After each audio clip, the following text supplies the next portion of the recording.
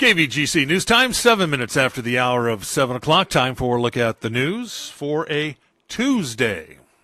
It's October 31st, Halloween, 2017. With the city's growing transient population as the main topic, Jackson Police Chief Scott Morrison recently met with Main Street merchants to discuss the issues. The chief acknowledged that the homeless phenomena is a very complex regional issue that Jackson seemed to shoulder the brunt of. Chief Morrison clarified that with regulation changes over the years, local law enforcement agencies have lost many avenues to effectively control the transient population. According to Morrison, although transients loiter in front of any store can be nuisance to the business owners and the customers, loitering is not a criminal offense, and the police cannot interfere with a person's right to just wander. When asked about possible homeless encampments within the city limits, Morrison told the group they are illegal and the police can and have taken enforcement actions. Morrison also noted that many transients suffer from conditions such as substance abuse or mental disorders and require help, that his officers have gone above and beyond the call of duty to help. Some merchants also voiced concerns about the new health clinic on Mission Boulevard attracting drug abusers from out of the area. Chief Morrison said although he does not anticipate an influx of crimes due to the clinic, the police department is prepared to handle any criminal issues. The National Weather Service has issued a special weather statement announcing a Pacific storm forecast impacting the Mother Lode and Sierra Nevada later this week. Now, rain is expected by Thursday evening, with the bulk of the precipitation, along with breezy conditions, expected Friday night through Saturday. Significant rainfall possible in the Mother Lode, 1 to 4 inches. Snow levels will initially be above 6,500 feet on Friday, but lower to 4,000 to 5,000 on Saturday behind the cold front. According to the National Weather Service, several feet of snow possible over the high terrain, which could impact travel. Drive carefully, be aware of rain-slick roads and any localized flooding from leaf-clogged drains. A San Andreas woman was arrested for attempted murder following a shooting incident over the weekend. According to the Calaveras Sheriff's Office, around 5:30 Saturday evening, deputies responded to the Oak Shadows Mobile Home Park in San Andreas for a report of a shooting. Upon arrival, deputies learned that there was a domestic dispute between a 50-year-old man and the alleged suspect, Carol Soros, both of whom live at the mobile home park. Witnesses reported hearing an argument prior to the single gunshot. Sheriff's detectives learned that Soros allegedly shot the victim through a doorway as he was standing outside Soros' mobile home. The victim sustained minor injuries to his face and later sought treatment on his own. The two were allegedly arguing over a vehicle prior to the gunshot. Carol Soros was arrested for attempted murder and inflicting corporal injury and was booked into the Calaveras County Jail. Her bail was set at $2 million.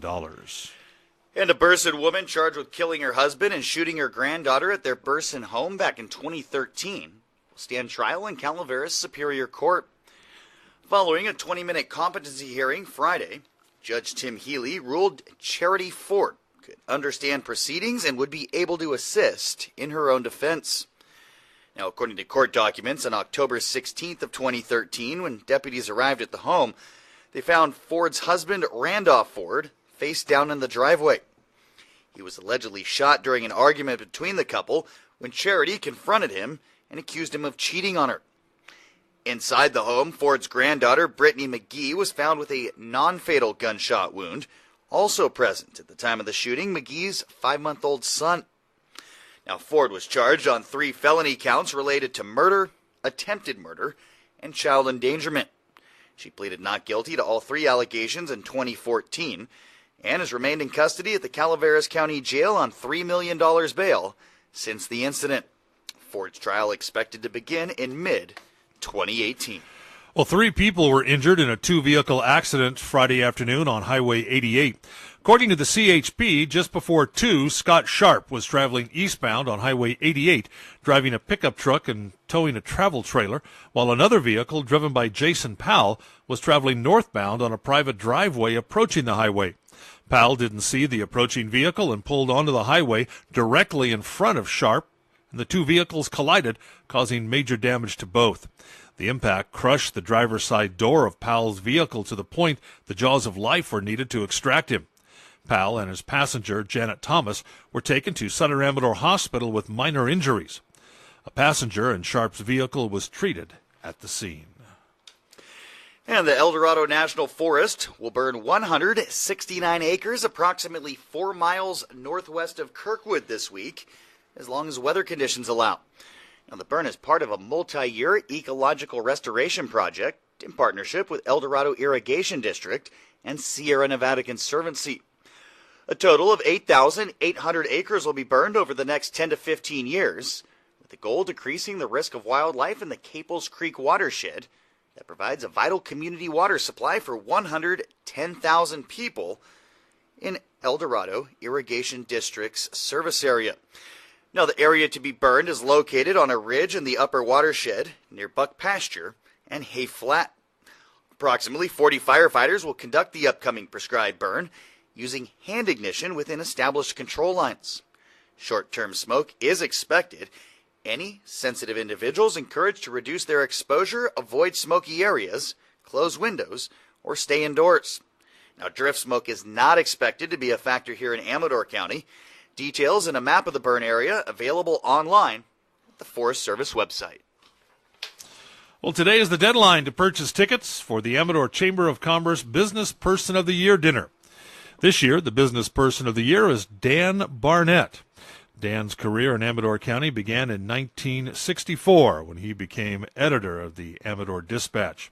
He went on to eventually own the paper, merge the Amador Dispatch with the Amador Ledger and Ione Press. Also, he started the Buy and Sell Press and the Fun Times. Dan also is credited with getting the Argonaut football field up and running and playable, and was also a volunteer youth coach for over 20 years. Dan is very still active.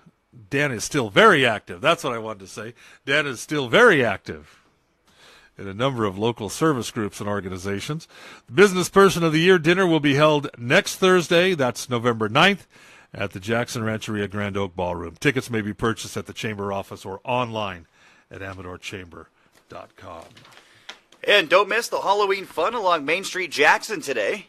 Put on your costumes, head on over to historic Main Street for Trick or Treat, then the Jackson Lions Club Parade. Trick-or-treating on Main starts at 4. The Best Costume Contest takes place at the Firehouse at 5. Then, 5:30, the annual Halloween Parade winds down Main Street to the Civic Center, where the Jackson Lions Club will hand out bags of candy to kids. Everyone, even Leland, gets a hot dog. And don't forget, check out the Haunted Hub, courtesy of Acra. Open today from 4 to 9. And don't forget, Amador County businesses costume up and post a pic and win pizza. Today, post a picture of your costumed business. If you and your employee friends are going to be dressing up, I don't know who do we send this to? Do we address this to business owners or people at the business?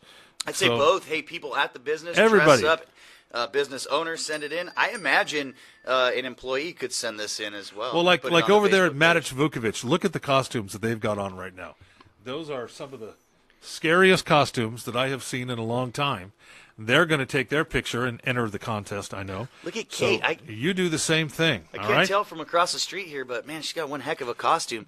Must have taken hours to get ready. Just like Bo. Kind of. For that. Oh, anyway, geez, that's scary. Post a picture of you and your business on the Amador Chamber of Commerce Facebook page. Who knows? You could be the winner. The judging will take place tomorrow, and then we'll announce the winners. This is sponsored by Kevin and the Buy and Sell and all of us here at KVGC. We thought it'd be a little fun. So, anyway, a little Halloween fun there. Hey, back in 1938, Orson Welles began adapting classic literature for radio, complete with live sound effects. Well, Main Street Theater Works continues to pay homage to Welles as they present their 7th annual live radio show Around the World in 80 Days, November 4th and 5th.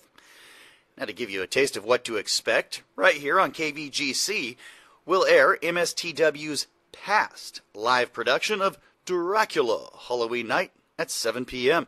For more information on the show and this year's live radio show production, visit mstw.org. And my Dracula voice, not quite as good as yours. No. I'm not even going to get into it. So, and that's it. That's a look at the news. And the hot dogs. News for a Tuesday. That's it. Local news on a Tuesday, October 31st, Halloween. From the KVGC News Center, I'm JD. and I'm Jim Geedy reporting.